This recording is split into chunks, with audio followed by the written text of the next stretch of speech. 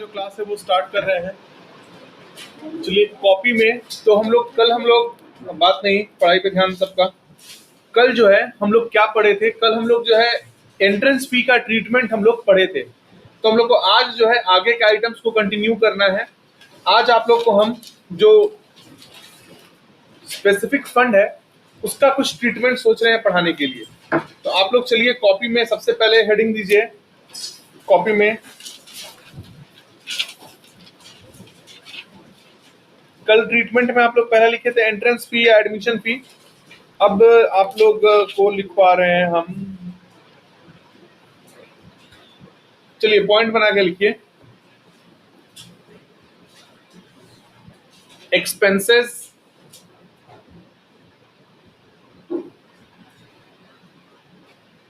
expenses along with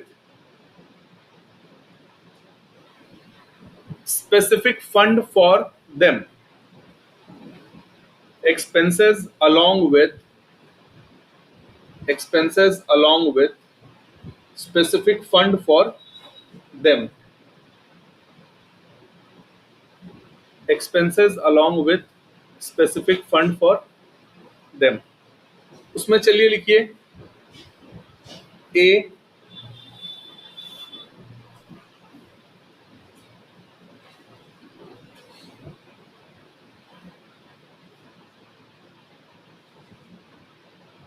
price expenses 10,000,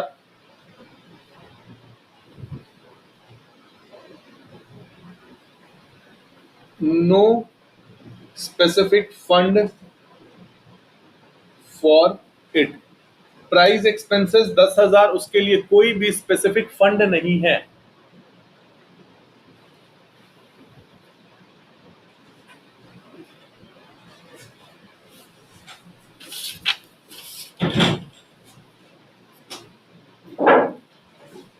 price 10,000, no specific fund for it. ठीक है, इसको पढ़ के आपको क्या समझ में आ रहा है कि प्राइस कितने का बांटा गया है? 10,000 का, उसके लिए कोई भी अलग से फंड हमारे पास नहीं है। तो इसका क्या ट्रीटमेंट होगा? इसका सिंपल सा ट्रीटमेंट है, अगर कोई एक्सपेंसेस है और आपको समझ में नहीं आ रहा है कुछ, सिर्फ और सिर्फ वो एक्सपेंसेस है, ये कहां पे चला जाएगा? एक्सपेंस, इनकम एंड एक्सपेंडिचर में। समझ में आ रहा है?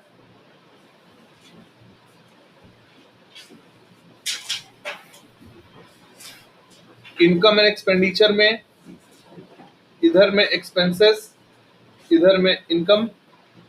यहां पे लिखेंगे टू प्राइस एक्सपेंसेस 10,000। काम खत्म। केस ए, प्राइस एक्सपेंसेस, कोई भी स्पेसिफिक फंड नहीं है, तो ये 10,000 कहां चला जाएगा? हमारे इनकम एंड एक्सपेंडिचर में। क्लियर है ये चीज आपको?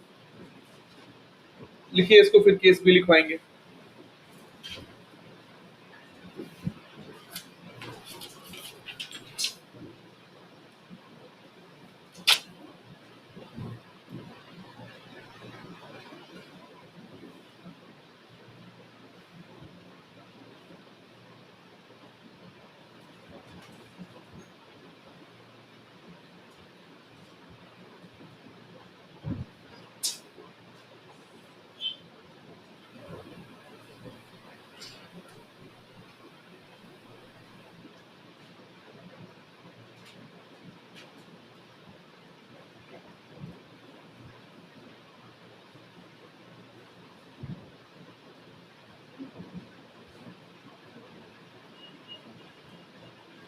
सबका हो गया होगा ये? ठीक है।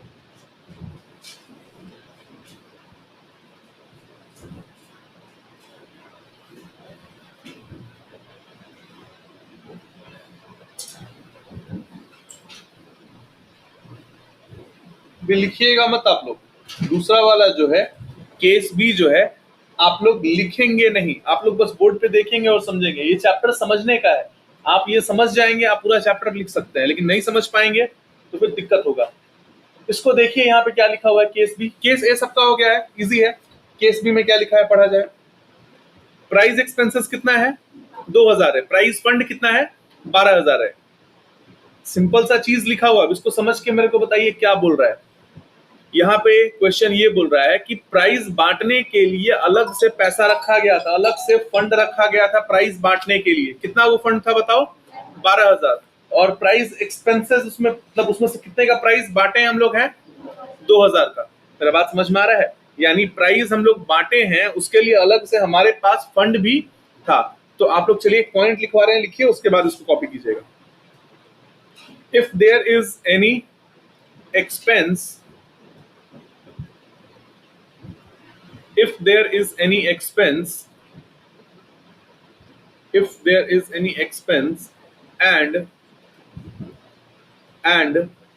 there is any specific fund to cover that expense, and there is any specific fund to cover that expense, specific fund to cover that expense, then such expense will not appear in income and expenditure account. Such expense will not appear in income and expenditure account. Will not appear in income and expenditure account, but will be adjusted from that fund.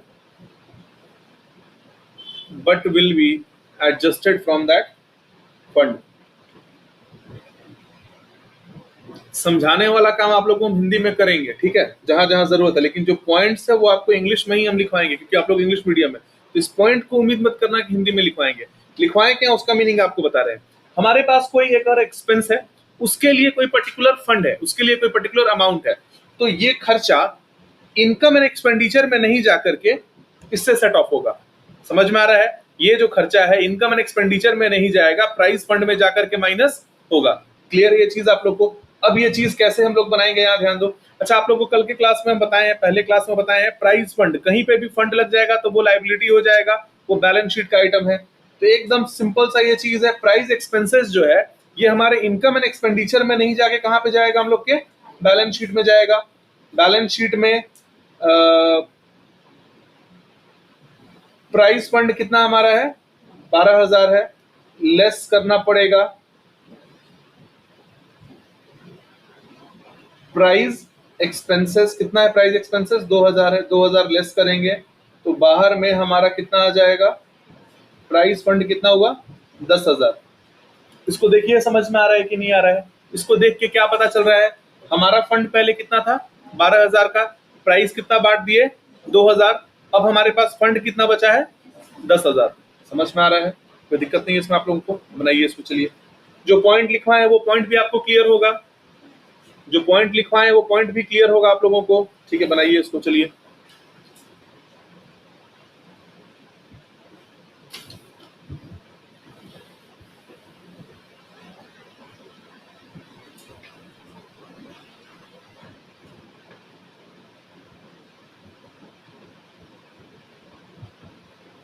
Class में जो भी चीज बनवाया जा रहा है daily basis पे घर जाके बनाना है, उसको डेली बेसिस पे प्रैक्टिस कीजिएगा। अकाउंट्स पे डे 1 से कमांड रहेगा, नहीं तो फिर दिक्कत होगा। एनपीओ का अगर 4-5 क्लास हो जाता है, उसके बाद कोई बच्चा सोचेगा कि घर जाके उसको पढ़ेंगे, फिर एनपीओ उसके बस में आने वाला नहीं है। सिमिलर ये चीज पार्टनरशिप पे अप्लाई होगा। शुरू का 1-2 क्लास आप बदमाशी कर सकते हैं, लेकिन उसके बाद आपको तीसरे चौथे क्लास से ट्रैक पे आ जाना है, घर जाके दोबारा बनाना शुरू कर देना है, अदरवाइज प्रॉब्लम हो जाएगा।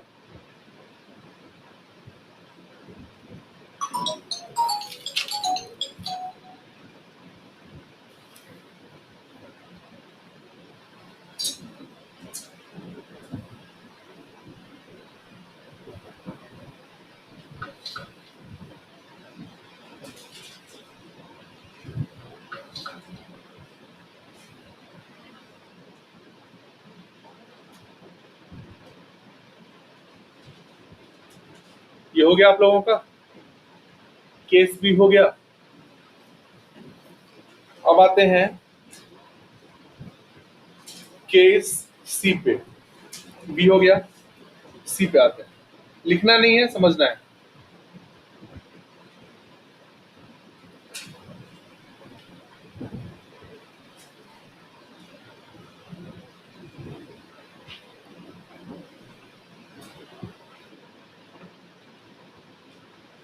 यहां क्या लिखा है बताइए, सी में क्या लिखा है बताइए। प्राइस देने के लिए पैसा कितना है मेरे पास, 12,000, और प्राइस में खर्चा कितना हो गया है, तब कैसे होगा? तब यहाँ माइनस में 8,000 हो जाएगा? नहीं, माइनस में 8,000 नहीं होगा। इसमें क्या है देखिए, प्राइस फंड कितना है 12,000, प्राइस एक्सपेंसेस कितना है 20,000, मतलब खर्चा कितना हो गया है 20,000, और प्राइस के लिए मेरे पास फंड कितना है 12,000। कितना कम हो रहा है मेरे पास, जो 8,000 कम हो रहा है वो इनकम एंड एक्सपेंडिचर में चला जाएगा। समझ में आ रहा है? चलिए पॉइंट लिखिए, उसके बाद इसको लिखिएगा। If amount of expenses is more than if amount of expense is more than if amount of expense is more than the amount of related fund, if amount of expense is more than the amount of related fund, then the difference will appear in then the difference will appear in income and expenditure account.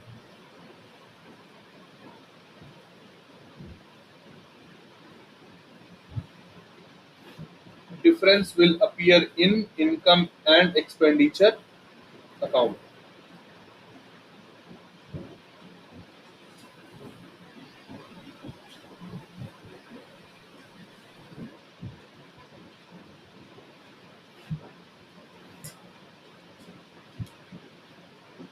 समझ में आ रहा है आप लोगों को?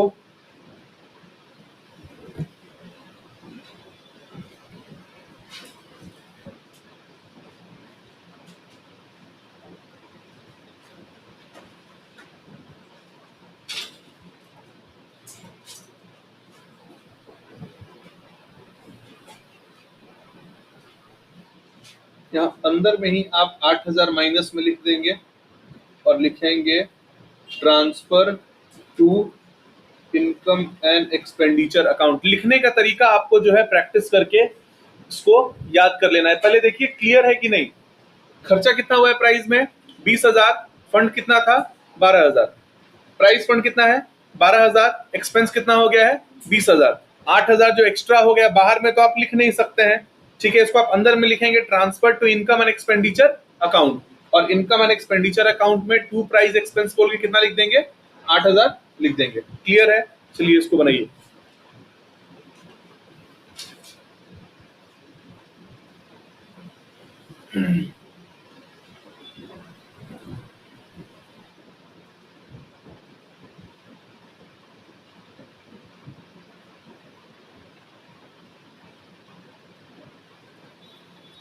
Homework जो आपको अलग से हम होमवर्क बोल के देंगे वो तो बनाना ही है, और अगर किसी दिन कोई होमवर्क नहीं मिलेगा तो उस दिन आपका होमवर्क ये है कि जो भी क्लास में बनवाया जा रहा है उसको घर पे दोबारा से बनाना है।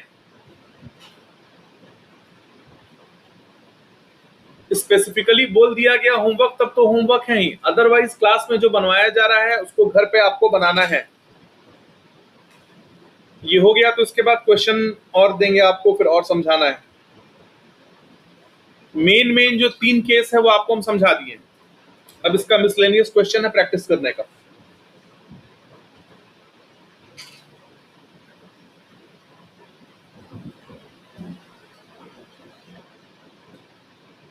हो गया है?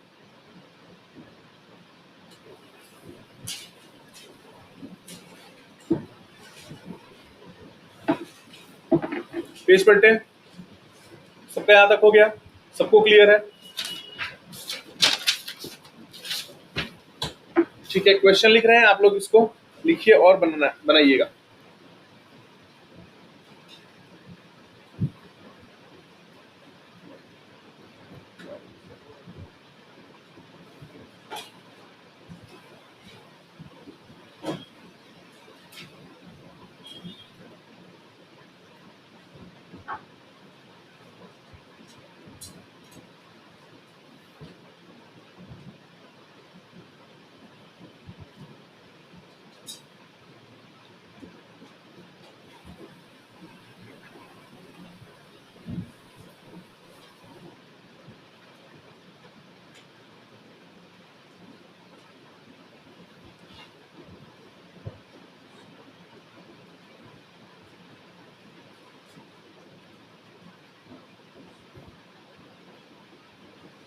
प्राइस कितना डिस्ट्रीब्यूट किया गया है? 2000। प्राइस फंड कितना था? 12,000। डोनेशन कितना मिला है प्राइस फंड का? 2800 का डोनेशन मिला है। ठीक है,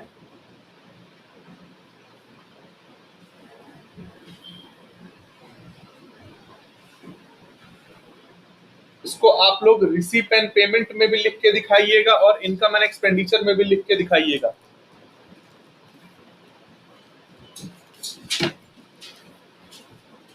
इनकम एंड एक्सपेंडिचर में नहीं जाएगा, ये बैलेंस शीट में जाएगा, सॉरी।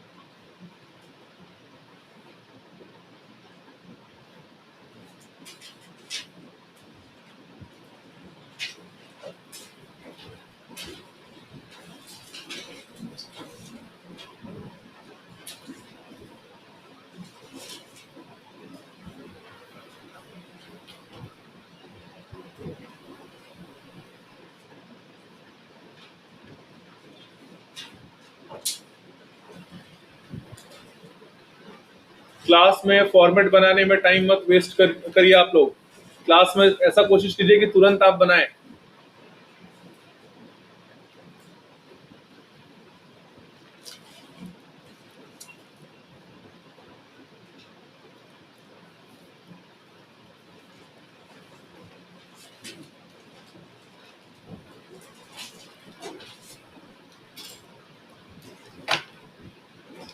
क्वेश्चन आप लोग कॉपी कर लिए हैं? एक बार बोर्ड पे देख लीजिए, समझ में आ रहा है कि नहीं आ रहा है, क्या किया। रिसीप एंड पेमेंट पे देखिए, ये रिसीप साइड है और ये पेमेंट साइड है।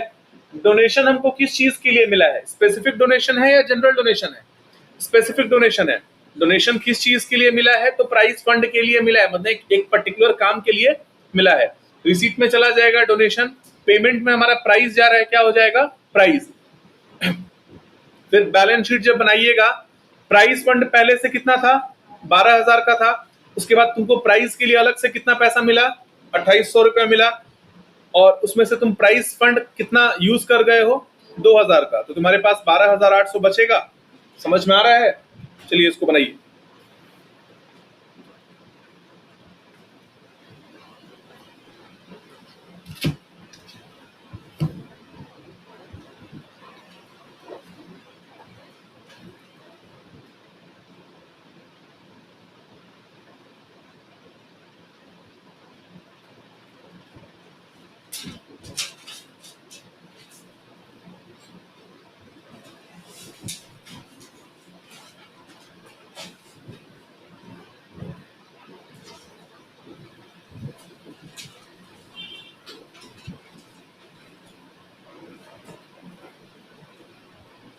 सबको ये क्लियर है?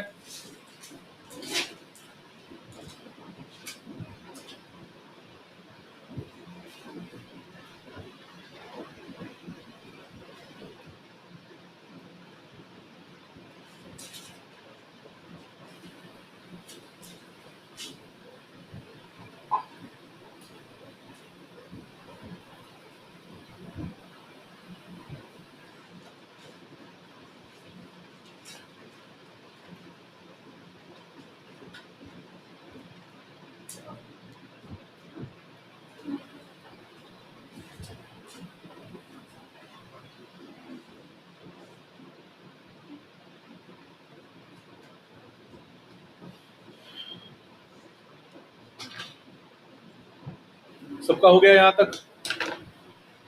सबका हो गया यहाँ तक? आगे डिस्कस कर रहे हैं, आगे समझा रहे हैं।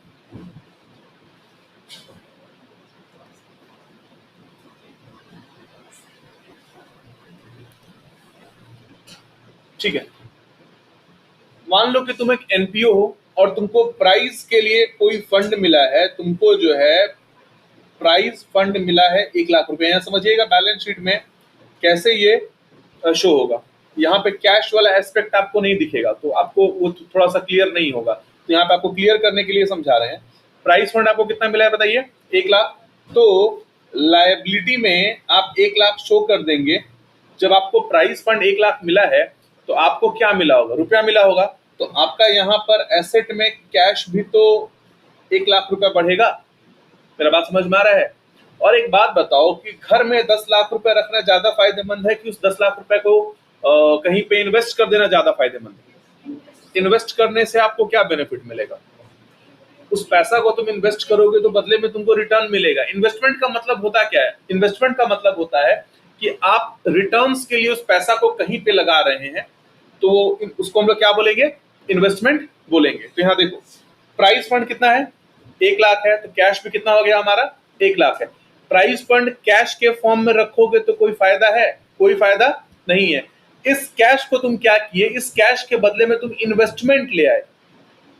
अच्छा, ये जो तुम मान लो इन्वेस्टमेंट ला रहे हो, ये इन्वेस्टमेंट तुम जनरल जो पैसा है उसको यूज करके ला रहे हो या प्राइस फंड को यूज करके ला रहे हो?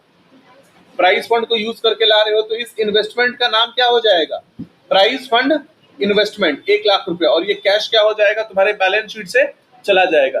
क्या ये चीज आप लोगों को समझ में आ रहा है हम क्या बोल रहे हैं?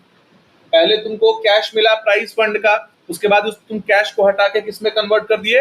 प्राइस फंड इन्वेस्टमेंट में कन्वर्ट इसको तुम कर दिए। और इस इन्वेस्टमेंट पे मान लो तुम इन्वेस्टमेंट को तुम बेच रहे हो, तो तुमको मिल रहा है 1,10,000 रुपया। इस इन्वेस्टमेंट को तुम बेचे, तुमको वापस से कैश कितना मिल गया?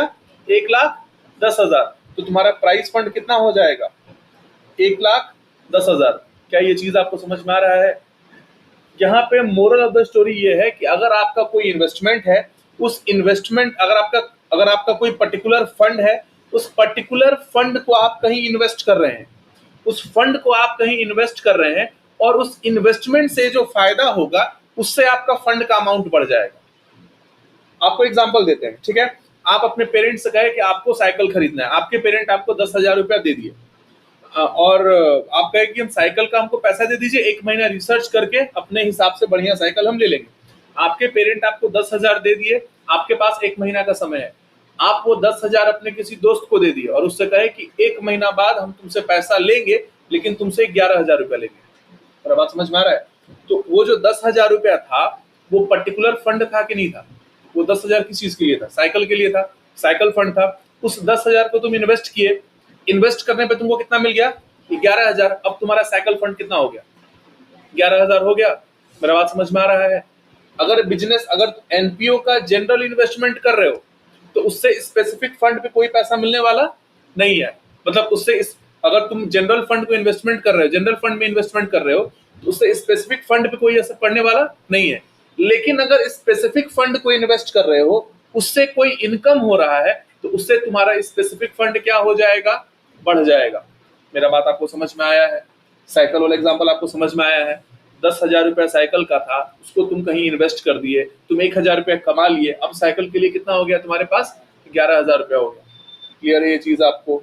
ठीक है, चलिए पॉइंट लिखिए आप लोग अगला एक।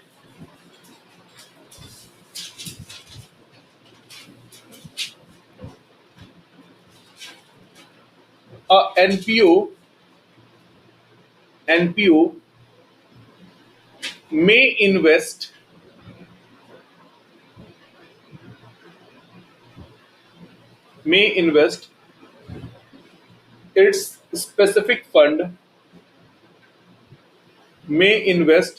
its specific fund for income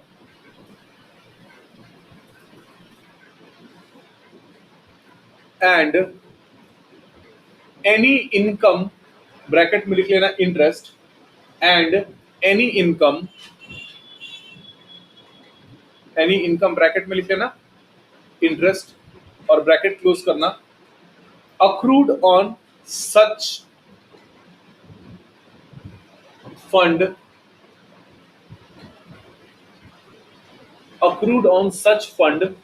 will increase that particular fund.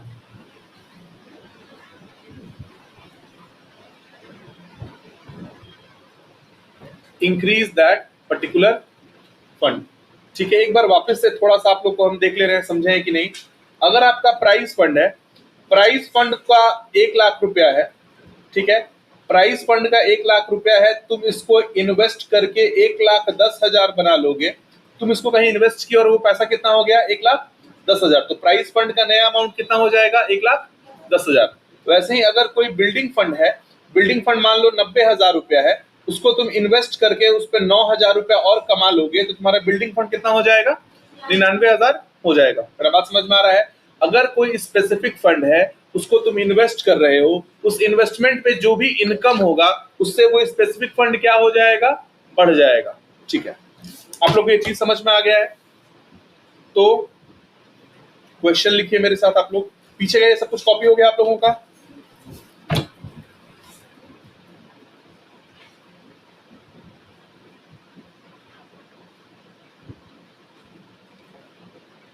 पहली बार आप लोग लिखेंगे तो हो सकता है आपको समझ में नहीं आए, आपको लगेगा कि कैसे इसको हम मेमोराइज करेंगे, बट आप इसको जैसे प्रैक्टिस करते जाएंगे, लिखने का तरीका आपको क्लियर होते जाएगा।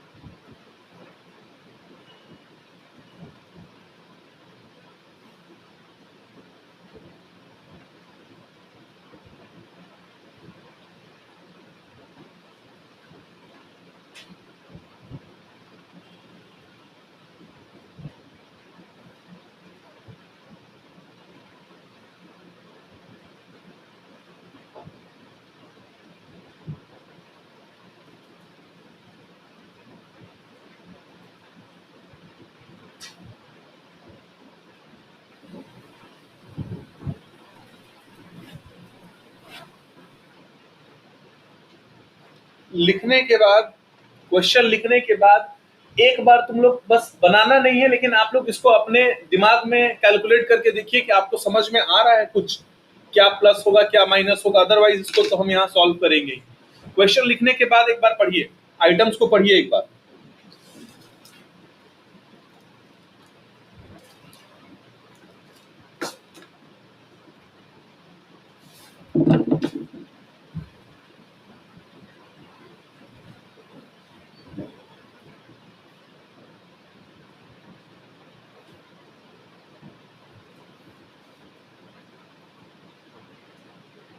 लिखना नहीं है, एक बार पढ़ना है, खुद से देखना है कि आप कितना समझ रहे हैं, लिखने का मौका मिलेगा।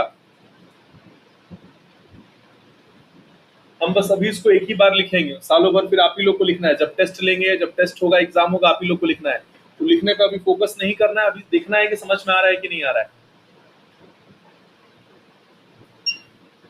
प्राइस फंड कितना है, 12,000 है।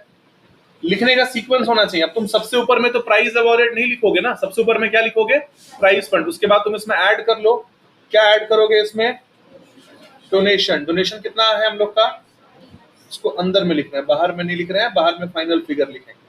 डोनेशन कितना है हमारा, 2,800 है। प्राइस फंड इन्वेस्टमेंट कहाँ पे होगा, तो इन्वेस्टमेंट हम लोगों का एसेट है, समझ में आ रहा है। ये लाइबिलिटी साइड हो गया, ये एसेट साइड हो गया। तो प्राइस फंड इन्वेस्टमेंट हम लोगों का इस साइड होगा, कितना हो जाएगा, ये यहाँ पे 12,000 हो जाएगा। तो ये लिख लिए हैं, ये लिख लिए हैं, ये लिख लिए। अब हमारा क्या है, interest on price fund investment, इसको भी ऐड कर लेते हैं। ऐड इंटरेस्ट, कितना हमारा इंटरेस्ट है, 1,200 है। प्राइस अवॉर्डेड कितना है हम लोगों का, 2,000 है। तो आप लेस कर देंगे, प्राइस अवॉर्डेड कितना हम लोगों का, 2,000 है। उसको माइनस कर देंगे, कितना हो जाएगा, 14,000 हो जाएगा। देखिए समझ में आया या नहीं आया, 14,000 है। कितने लोगों को समझ में नहीं आया बोलिएगा, दोबारा हम लिख के समझाएंगे। इंटरेस्ट एसेट साइड कैसे होगा, इंटरेस्ट एसेट कैसे होगा, जो तुम जो अर्न कर रहे हो। इंटरेस्ट इनकम है ना तुम्हारा, तो इनकम तुम एसेट में कैसे लिख सकते हो? ये 11th का बेस फिर एसेट का कौन सा बैलेंस होता है? बोलिए, आपको अगर डाउट है तो समझाना मेरा काम है। एसेट का कौन सा बैलेंस होता है? डेबिट बैलेंस होता है। इनकम का कौन सा बैलेंस होता है? क्रेडिट बैलेंस होता है। तो तुम इनकम को, समझ में आ रहा है, क्रेडिट बैलेंस वाले को डेबिट बैलेंस में कैसे लिख सकते हो? हम भले यहाँ लायबिलिटी लिखे हैं और एसेट लिखे हैं, बट तरीका से आप देखिएगा तो यहाँ पे हिडन है, ये क्रेडिट है और ये डेबिट है। बात समझ में आ रहा है? और अगर एक्सपेंस भी रहेगा तो इधर नहीं लिखेंगे, इधर में माइनस करना पड़ेगा।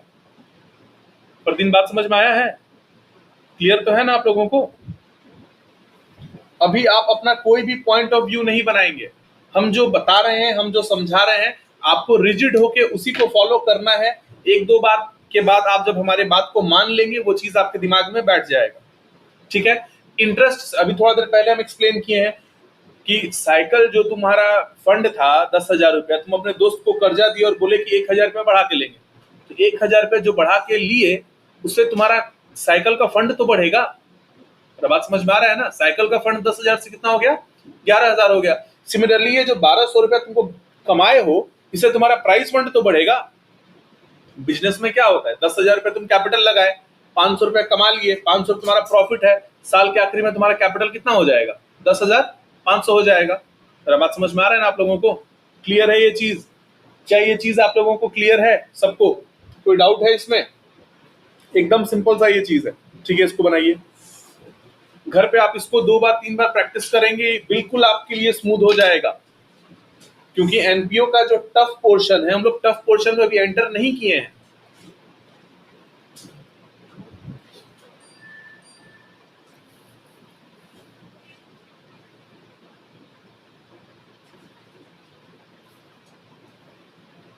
इसके बाद एक क्वेश्चन देंगे, आप लोग को बनाना है उसको।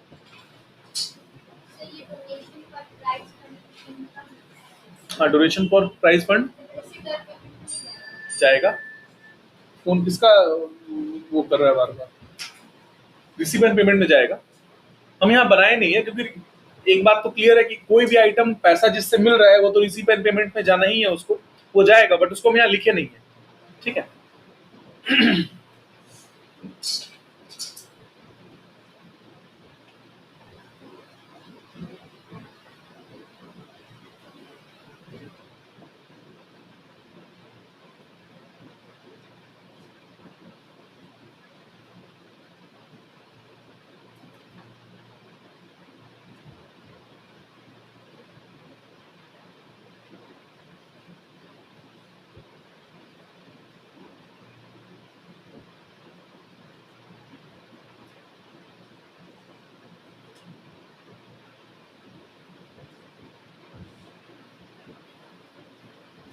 बाकी तो ये सबको क्लियर है।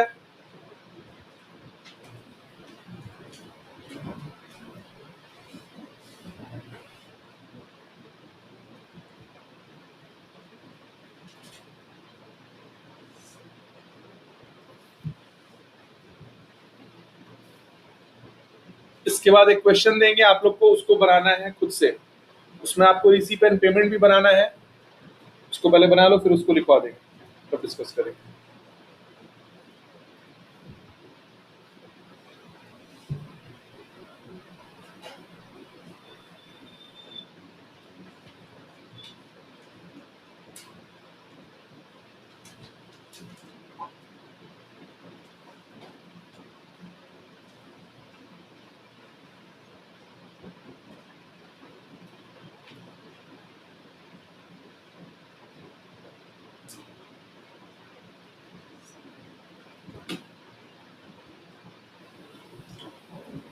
चलिए अगला क्वेश्चन लिखिए। अगला question, prize awarded 17,000, prize awarded 17,000, prize fund 12,000, prize awarded 17,000, prize fund 12,000, donation for prize fund 2,800, donation for prize fund 2800, donation for prize fund 2800, 10% prize fund investment 12,000, 10% prize fund investment 12,000, 10% prize fund investment 12,000, interest on prize fund investment 1200. फिर से repeat कर दे रहे हैं, prize awarded 17,000, prize fund 12,000, donation for prize received 2800, 10% prize fund investment 12,000, interest on prize fund investment 1200. इसको आप लोगों को रिसीप एंड पेमेंट, जरूरत अगर लगेगा तो इनकम एंड एक्सपेंडिचर और बैलेंस शीट, तीनों में आपको शो करना है.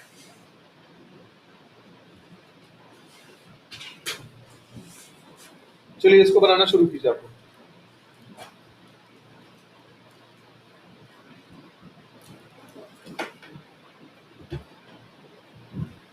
जिसका रिसीप एंड पेमेंट बन गया बोर्ड से मैच कर लीजिए. ये तीन चीज रिकॉर्ड किए हैं या नहीं किए हैं, बस रिसीप एंड पेमेंट में यही तीनों चीज जाएगा, चौथा कोई चीज नहीं जाएगा. पहला जो डोनेशन मिला है वो जाएगा, दूसरा जो इंटरेस्ट मिला है वो जाएगा, तीसरा जो आप प्राइज अवार्ड किए हैं वो जाएगा. प्राइज फंड इन्वेस्टमेंट जो है वो रिसीप एंड पेमेंट में नहीं जाएगा. क्यों? क्योंकि इन्वेस्टमेंट पहले से है, आप इन्वेस्टमेंट किए नहीं. मेरा बात समझ में आ रहा है? क्वेश्चन में अगर बोला होता कि प्राइज फंड में इन्वेस्टमेंट किया गया है, तब आप उसको कहां पे लिखते? रिसीप में या पेमेंट में? इन्वेस्टमेंट करना रिसीप में है या पेमेंट में है, बताइए. आप अगर इन्वेस्टमेंट करेंगे तो उसको रिसीप में रिकॉर्ड करेंगे या पेमेंट में रिकॉर्ड करेंगे? तुम जमीन में इन्वेस्टमेंट किए हो, कैश बुक में रिसीप में जाएगा या पेमेंट में जाएगा? अरे पेमेंट में जाएगा. रिसीप क्यों बोल रहे हैं आप लोग? कैश बुक किस चीज को रिकॉर्ड करता है? कैश को रिकॉर्ड करता है. तुम जब इन्वेस्टमेंट करोगे, तुम सोच रहे हो तुम्हारे पास इन्वेस्टमेंट आ रहा है, बट तुमको ये देखना है कि तुम्हारे पास से कैश जा रहा है, और यहाँ पे कैश का हम लोग बात करते हैं. समझ में आ रहा है? अगर बोला रहता कि इन्वेस्टमेंट कर रहा है तब इन्वेस्टमेंट रिकॉर्ड होता है, बट ऐसा तो कुछ बोला नहीं है. इन्वेस्टमेंट हमारे पास पहले से है.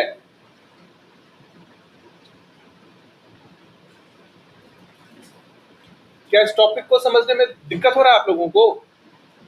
अगर दिक्कत हो रहा है तो फिर इसका क्वेश्चन कुछ और हम बढ़वा देंगे, लेकिन आप लोगों को घर पे प्रैक्टिस करना है. अगर प्रैक्टिस नहीं करेंगे तो नहीं ये चैप्टर हो पाएगा, क्योंकि ये बहुत इजी टॉपिक आपको भी हम पढ़ा रहे हैं. एकदम बेसिक से आपको हम बनवा रहे हैं टॉपिक जो है. रिसीप एंड पेमेंट सबका हो गया, ठीक है. उसके बाद क्वेश्चन क्या बोल रहा है, थोड़ा सा यहाँ ध्यान देने का जरूरत है. क्वेश्चन क्या बोल रहा है यहाँ पे ध्यान देने का जरूरत है. अभी हम बैलेंस शीट नहीं बना रहे हैं. सब कोई बोर्ड पे देखो, सब कोई बोर्ड पे देखो. प्राइस फंड कितना है हमारा? 12,000 है. डोनेशन कितना मिला है हमको? 2800 मिला है. इन्वेस्टमेंट कितना है? 12,000 है. इन्वेस्टमेंट से तो हमको कोई मतलब है नहीं. और इंटरेस्ट प्राइस फंड इन्वेस्टमेंट पे कितना मिला है हमको? 1200 मिला है, ठीक है. और प्राइज अवार्ड कितना किया? प्राइज बांटा कितना है? 17,000 है. आप इसको माइनस करके पहले देखिए कितना हो रहा है. 12,000 और 28 और 12, ये हो जाएगा 4, 16,000. यहाँ ध्यान दीजिएगा, प्राइस फंड में जोड़ के आपके पास कितना रुपया है? 16,000 है. और प्राइस बांटा कितना है? 17,000 है. तो यहाँ पे अंदर में 1,000 रुपया आपका ब्रैकेट में आएगा, जो कि होगा transfer to income and expenditure account. मेरा बात समझ में आ रहा है? तो इस क्वेश्चन को आपको हम खुद से बनाने को दिए हैं. इस क्वेश्चन में आपको एक और लेसन मिला है कि कभी भी ऐसा कोई क्वेश्चन रहेगा, आप पहले उसको रफ में प्लस माइनस करके देख लेंगे कि आपके पास जो रिजर्व है वो काम भर है या नहीं है. यहाँ देखिए, रिजर्व आपके काम भर नहीं है, प्राइस फंड आपके काम भर नहीं है. प्राइस बांटा कितना का है? 17,000. फंड में पहले से पैसा कितना था? 12,000. उसके बाद पैसा मिला कितना? 2800. उस पर अलग से कुछ पैसा कमाया, कितना कमाया वो? 1200. जोड़ के टोटल इंतजाम कितना हो रहा है? 16,000. मतलब फंड में टोटल पैसा कितना है? 16,000 है. और उसमें से खर्चा कितना करना है? 17,000. मेरा बात आपको समझ में आ रहा है? रिसीप एंड पेमेंट सबका बन गया है, ठीक है. इस क्वेश्चन को हम बना रहे हैं आगे. तो रिसीप एंड पेमेंट के बाद आप क्या बनाएंगे? Income and expenditure. यहाँ पे बनेगा इनकम एंड एक्सपेंडिचर। इसमें जो एक्सपेंडिचर साइड होगा यहाँ आपको लिखना पड़ेगा टू प्राइस एक्सपेंसेस। कितना लिखेंगे प्राइस एक्सपेंसेस? 1000 लिखेंगे। और उसके बाद क्या लास्ट में बनाएंगे? Balance sheet. थोड़ा सा बोर्ड पे ध्यान दीजिएगा एक बार आप लोग फिर से। बैलेंस शीट के बाद इनकम एंड एक्सपेंडिचर नहीं बनाना है। ये जो 1000 है आपको कैसे पता चलेगा? जब बैलेंस शीट बनाएंगे उसके बाद ही पता चलेगा ना। तो आपको मार्जिन लेके चलना है इनकम एंड एक्सपेंडिचर का, या आप स्मार्ट कैलकुलेशन करके रफ करके आप निकाल लेंगे, आपको पता चल जाएगा। जैसे 1000 के बारे में हमको कैसे पता चला? यहाँ पे हम रफ किए हैं तब पता चला। इस तरीके का क्वेश्चन रहेगा तो आप रफ कर लेंगे, तब आप श्योर हो जाएंगे कि इनकम एंड एक्सपेंडिचर बनाना है या नहीं बनाना है। थोड़ा सा इस क्वेश्चन को बनाने में मेरा हेल्प करो। चलो बताओ, प्राइस फंड कितना है हमारा? 12000 है। डोनेशन कितना मिला है हमको?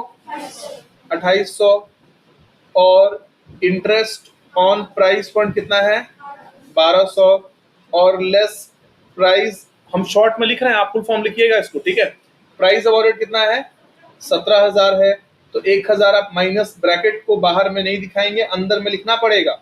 और लिखना पड़ेगा transfer to income and expenditure. समझ में आ रहा है? चलिए इसको बनाइए। और आप लोग से एकदम रिक्वेस्ट है कि घर पे इसको प्लीज बनाइएगा। 10 नंबर का ये चैप्टर है।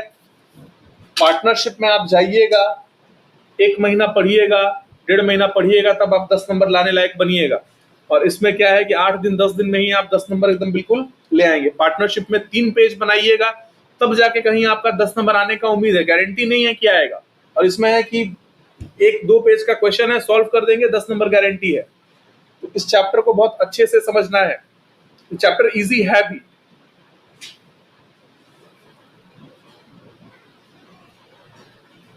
समझ में आया है? समझ में आया है? ये तुम लोग को पीछे नीरज समझ में आ गया है?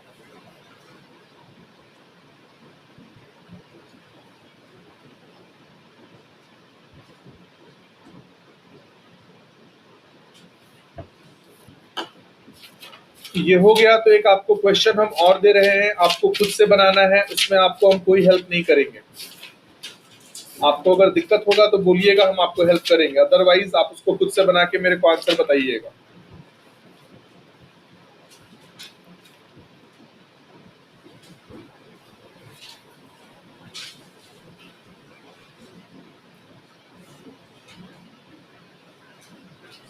सबका हो गया ये?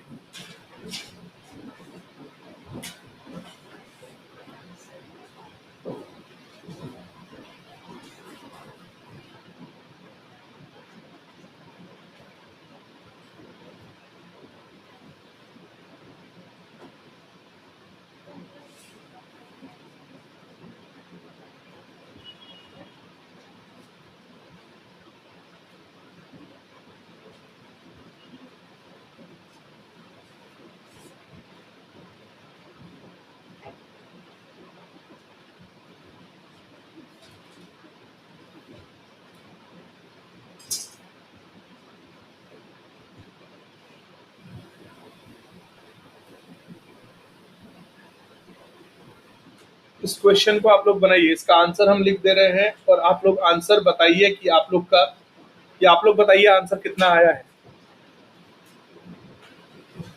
ये क्वेश्चन है, price awarded 1200, price fund 7200, donation for price fund 1680, 1650, 1680।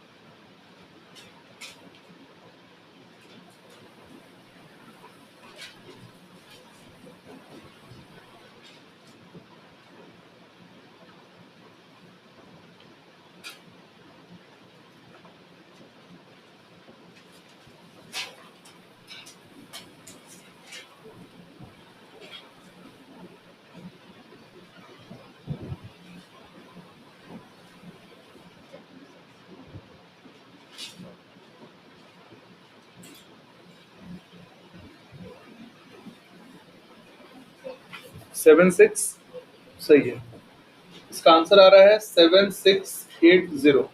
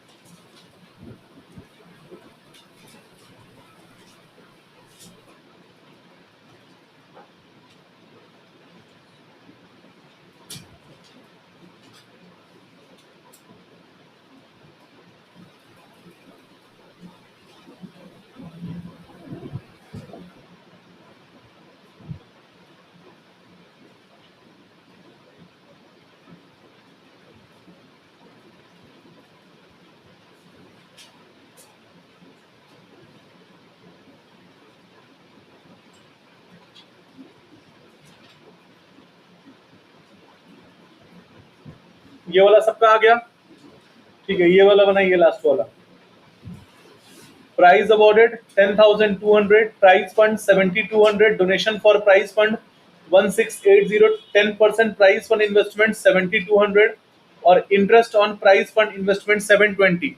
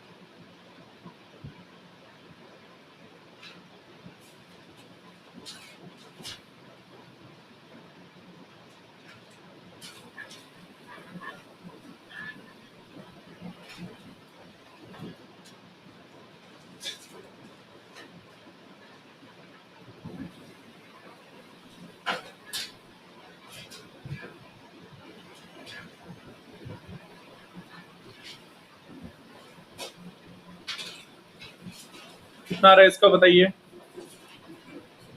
600 क्या करना है, सही है।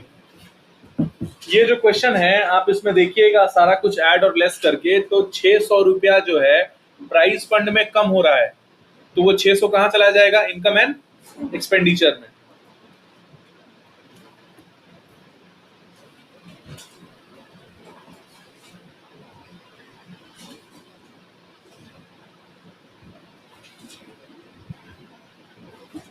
बुक लाए हैं आप लोग अकाउंट्स का?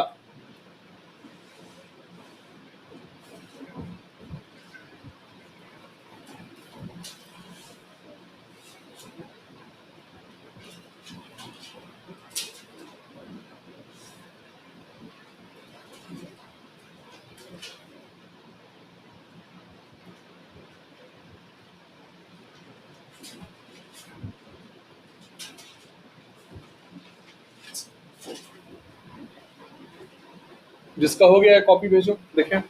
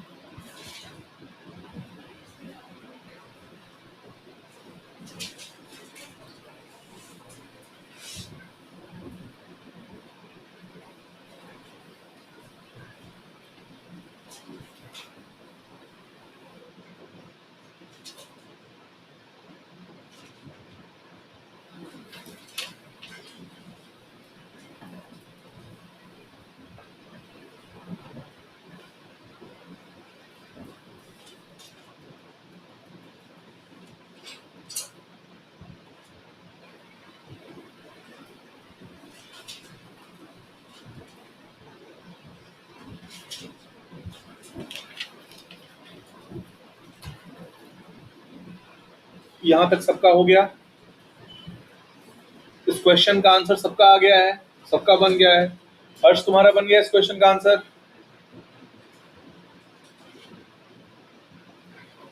बन गया है? बन जाएगा कि नहीं? बन जाएगा। नीरज तुम्हारा बन जाएगा, प्रदीन तुम्हारा बन जाएगा, तुम लोग का यहाँ तीनों बन जाएगा, फर्स्ट बेंच पे तुम लोग का भी बन जाएगा, इधर में तुम लोग का तीनों का हो जाएगा। ठीक है, चलो अगला हेडिंग दो। Specific fund related to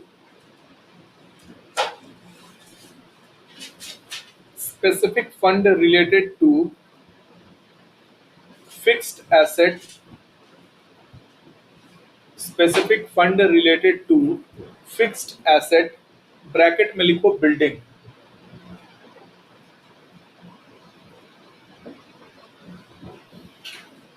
specific fund related to fixed asset, bracket में लिख लो बिल्डिंग। आमतौर पे बिल्डिंग फंड ही मिलेगा, लेकिन अगर बिल्डिंग के अलावा कोई फंड मिलता है तो उसका भी ट्रीटमेंट यही रहेगा। अब आपको किसका, कौन से फंड के बारे में पढ़ाने वाले हैं? स्पेसिफिक फंड के बारे में पढ़ाने वाले हैं। अच्छा, ये कौन सा फंड हम लोग पढ़े हैं? ये भी स्पेसिफिक फंड ही पढ़े हैं, लेकिन ये फिक्स्ड एसेट्स के रिगार्डिंग नहीं है। अब हम लोग जो पढ़ने वाले हैं वो फिक्स्ड एसेट्स के रिगार्डिंग है। आप उसको स्पेसिफिकली बिल्डिंग फंड भी बोल के चल सकते हैं, या फिर फिक्स्ड एसेट्स का फंड बोल लीजिए और एग्जांपल के तौर पर उसको आप बिल्डिंग मान लीजिए। हम जो बोल रहे हैं ये बात क्लियर है आपको? अभी हम लोग कौन सा फंड के बारे में पढ़े हैं? स्पेसिफिक फंड के बारे में ही पढ़े हैं, लेकिन वो फिक्स्ड एसेट्स नहीं है। जो प्राइस है, प्राइस फंड स्पेसिफिक फंड है या नहीं? स्पेसिफिक फंड है, लेकिन क्या प्राइस फिक्स्ड एसेट्स है? प्राइस फिक्स्ड एसेट नहीं है। बिल्डिंग फंड किस चीज में यूज होगा? अरे बिल्डिंग फंड का क्या काम है? बिल्डिंग बनाने के काम आएगा, लेकिन बिल्डिंग क्या चीज है? फिक्स्ड एसेट्स है। बिल्डिंग फंड और प्राइस फंड का ट्रीटमेंट सेम है, लेकिन थोड़ा सा दोनों में अंतर है। वो अंतर क्या है यहाँ पे हम लोग देखेंगे। ठीक है, जैसे कि यहाँ पे आपको बता रहे हैं, आपके पास सब कुछ सेम है ट्रीटमेंट। आपके पास बिल्डिंग फंड है 10,000 या 10 लाख। बिल्डिंग फंड कितना है? 10 लाख का। इसमें से बिल्डिंग अभी पूरा बना नहीं है, साल का एंड आ गया है। Building work completed for 3 lakh. Building fund कितना था बताइए? 10 लाख। बिल्डिंग कितने का बना? 3 लाख। तो बताइए ना, साल के आखिरी में बिल्डिंग फंड आपके पास कितना बचेगा? 7 लाख बचेगा। तो इसको बैलेंस शीट में कैसे हम लोग लिखेंगे वो देखो यहाँ पे। इसमें बस बैलेंस शीट में लिखने का तरीका आपको आना चाहिए, कोई भी। अच्छा, ये कौन सा आइटम है? कैपिटल आइटम है या रेवेन्यू आइटम है? कैपिटल आइटम है। स्पेसिफिक फंड क्या चीज है? कैपिटल आइटम है। कैपिटल आइटम कहाँ पे रिकॉर्ड होता है? बैलेंस शीट में। बैलेंस शीट में रिकॉर्ड कर रहे हैं, मतलब बैलेंस शीट में लिखने का क्या तरीका है उसका वो देखना है। मान लेते हैं कैपिटल फंड भी दे रखा है। कैपिटल फंड दे रखा है 2 लाख। कैपिटल फंड दे रखा है हमको 2 लाख। यहां देखिएगा और समझिएगा, कैपिटल फंड दे रखा है 2 लाख, और हमारा जो बिल्डिंग फंड है कितना है बताओ? 10 लाख है। बिल्डिंग कितने का बना है हमारा? 3 लाख का बना है। तो बिल्डिंग फंड में लेस करना पड़ेगा। क्या चीज लेस करेंगे? तो बिल्डिंग इन प्रोग्रेस को आप लेस करेंगे। कितना लेस करेंगे बताइए? 3 लाख रुपया जो है बिल्डिंग इन प्रोग्रेस को आप क्या करेंगे? लेस करेंगे। तो आपका बिल्डिंग फंड बाहर में कितना हो जाएगा? 7 लाख हो जाएगा। अच्छा, ये बताओ, बिल्डिंग इन प्रोग्रेस 3 लाख, मतलब 3 लाख का तुम्हारा बिल्डिंग बन के तैयार हुआ है कि नहीं हुआ है? भले बिल्डिंग पूरा कंप्लीट नहीं हुआ है, लेकिन तुम्हारा एक एसेट एग्जिस्टेंस में आया है। कितने का एसेट एग्जिस्टेंस में आया है? 3 लाख का। तो आपको एसेट साइड में लिखना पड़ेगा। क्या लिखना पड़ेगा? तो बिल्डिंग इन प्रोग्रेस कितना लिखना पड़ेगा बताइए? 3 लाख का आपको बिल्डिंग इन प्रोग्रेस लिखना पड़ेगा। मेरा बात समझ में आया है? बिल्डिंग फंड कितना था आपका? 10 लाख था। बिल्डिंग कितने का बना? 3 लाख का बना। बिल्डिंग फंड में कितना बना? कितना बचा? 7 लाख। 3 लाख का जो बिल्डिंग बना है, एसेट तुम्हारा क्रिएट हुआ है ना, तो बिल्डिंग इन प्रोग्रेस कितना लिखोगे? 3 लाख लिखना पड़ेगा। लास्ट में एक और चीज आपको ध्यान देना है, जितने का आपका एसेट क्रिएट होगा उतना आपको कैपिटल फंड में ऐड करना पड़ेगा। मेरा कहने का मतलब है, बिल्डिंग इन प्रोग्रेस कितना माइनस किए हो? 3 लाख माइनस किए हो ना, तो तुमको कैपिटल फंड में ऐड करना पड़ेगा बिल्डिंग इन या फिर ट्रांसफर फ्रॉम बिल्डिंग फंड, सीधा बिल्डिंग फंड लिख रहे हैं। बिल्डिंग फंड में आप कितना जोड़िएगा, 3 लाख आपको जोड़ना पड़ेगा, तो आपका बाहर में कितना हो जाएगा, 5 लाख। ये देखिए आपको क्लियर है या नहीं क्लियर है, 2 मिनट आप अच्छे से देखिए, स्टेप बाय स्टेप देखिए हम क्या किए हैं। हम चाहते तो यहाँ पे पहले 3 लाख जोड़ के आपको बोल सकते थे, लेकिन 3 लाख सबसे आखिरी में जोड़िएगा। क्वेश्चन देखिए क्या है, कैपिटल फंड कितना है, 2 लाख है। कैपिटल फंड में आप कितना लिखेंगे, 2 लाख लिखेंगे। बिल्डिंग फंड कितना है, 10 लाख है। बिल्डिंग कितना बना है आपका, 3 लाख का। बिल्डिंग फंड में कितना लिखेंगे, 10 लाख। बिल्डिंग कितने का बना है, 3 लाख का। आपका बिल्डिंग फंड कितना बचेगा, 7 लाख। अच्छा, 3 लाख का जो बिल्डिंग बना है, एसेट क्रिएट हुआ है कि नहीं हुआ है, तो आपको एसेट में क्या लिखना पड़ेगा, बिल्डिंग इन प्रोग्रेस। कितना लिखेंगे, 3 लाख। और जितने का आधा अधूरा बिल्डिंग बना है उसको आपको क्या करना पड़ेगा, कैपिटल फंड में जोड़ना पड़ेगा। मेरा बात समझ में आ रहा है आप लोगों को, क्लियर है ये चीज, कोई दिक्कत नहीं है इसमें, ठीक है। इसको कॉपी कीजिए, उसके बाद ये पॉइंट आपको हम लिखवा भी देंगे। अच्छा ये बताओ, थोड़ा सा आपको क्वेश्चन थोड़ा सा इसमें और ऐड कर रहे हैं, एक तो क्वेश्चन और ऐड कर रहे हैं आपको। आप देख रहे हैं कि दिमाग काम कर रहा है या नहीं। तुमको 2 लाख रुपए बिल्डिंग का डोनेशन मिला है, ठीक है। आप इस चीज को लिखिएगा मत जब कॉपी कीजिएगा, बट आपको समझाने के लिए, आपको डोनेशन मिला है 2 लाख का। इस 2 लाख का क्या ट्रीटमेंट होगा, कहाँ पे ऐड करेंगे, तो बिल्डिंग फंड यहाँ कितना हो जाएगा, कितना हो जाएगा, 9 लाख हो जाएगा। समझ में आ रहा है ना। अरे 10 2 9 माइनस 3, 10 2 12 माइनस 3 कितना हो जाएगा, 9 लाख हो जाएगा। कोई दिक्कत नहीं इसमें आपको, ठीक है। तो इस चीज में, इस वाले पॉइंट में एक नया चीज आपको बस पढ़ने को, 2 नया पॉइंट आपको पढ़ने के लिए मिला है। वो 2 नया पॉइंट क्या है कि अगर कोई एसेट बन रहा है, आधा अधूरा है, तो क्या लिखना पड़ेगा, बिल्डिंग इन प्रोग्रेस। और जितना अमाउंट का वो बना है उसको किस में ऐड करना पड़ेगा, कैपिटल फंड में ऐड करना पड़ेगा। समझ में आ रहा है, चलिए बनाइए इसको।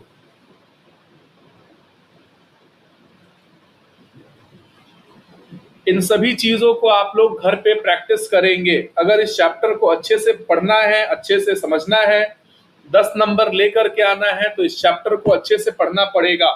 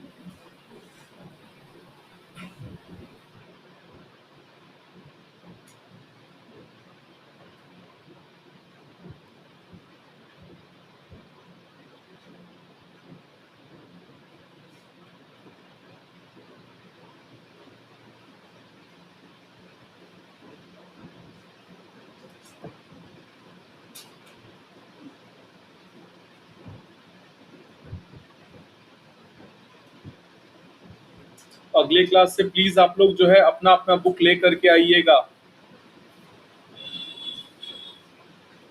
ये आप लोग सबको लिख लिए, अगले क्लास से अकाउंट्स का बुक लेकर के आना है सबको। हाँ, नहीं लिए हैं तो ले लीजिए, बुक तो लेना ही है, पढ़ना है ना। 11th में डाउट है क्या पास होने में, नहीं ना, हाँ तो बुक ले लीजिए। कोई भी पब्लिकेशन का बुक ले लीजिए, उससे कोई दिक्कत नहीं है। चलिए पॉइंट लिखिए एक तो।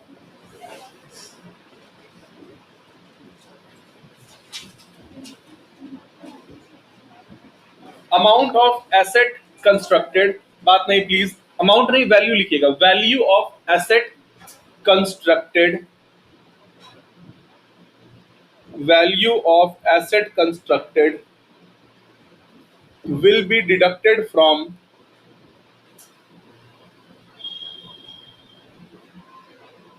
value of asset constructed will be deducted from that fund, deducted from that fund, and same value will be added in capital fund। Board पे देख लीजिए, हम जो लिखवाए उसका मीनिंग यहाँ ध्यान दीजिएगा। जितना का एसेट कंस्ट्रक्ट हुआ है, प्लीज बोर्ड पे देखो, जितना का एसेट कंस्ट्रक्ट हुआ है उस अमाउंट को उस फंड से माइनस करेंगे और उतना ही अमाउंट को हम किस में ऐड करेंगे, कैपिटल फंड में ऐड करेंगे, ठीक है। Will be added in capital fund, will be added in capital fund and will also be shown in asset side, and will also be shown in asset side, also be shown in asset side as, क्या बोल के दिखाएंगे उसको, यहां पे asset का नाम building है तो बिल्डिंग इन प्रोग्रेस हो गया। एज क्या लिखिएगा, एसेट इन प्रोग्रेस लिखिए।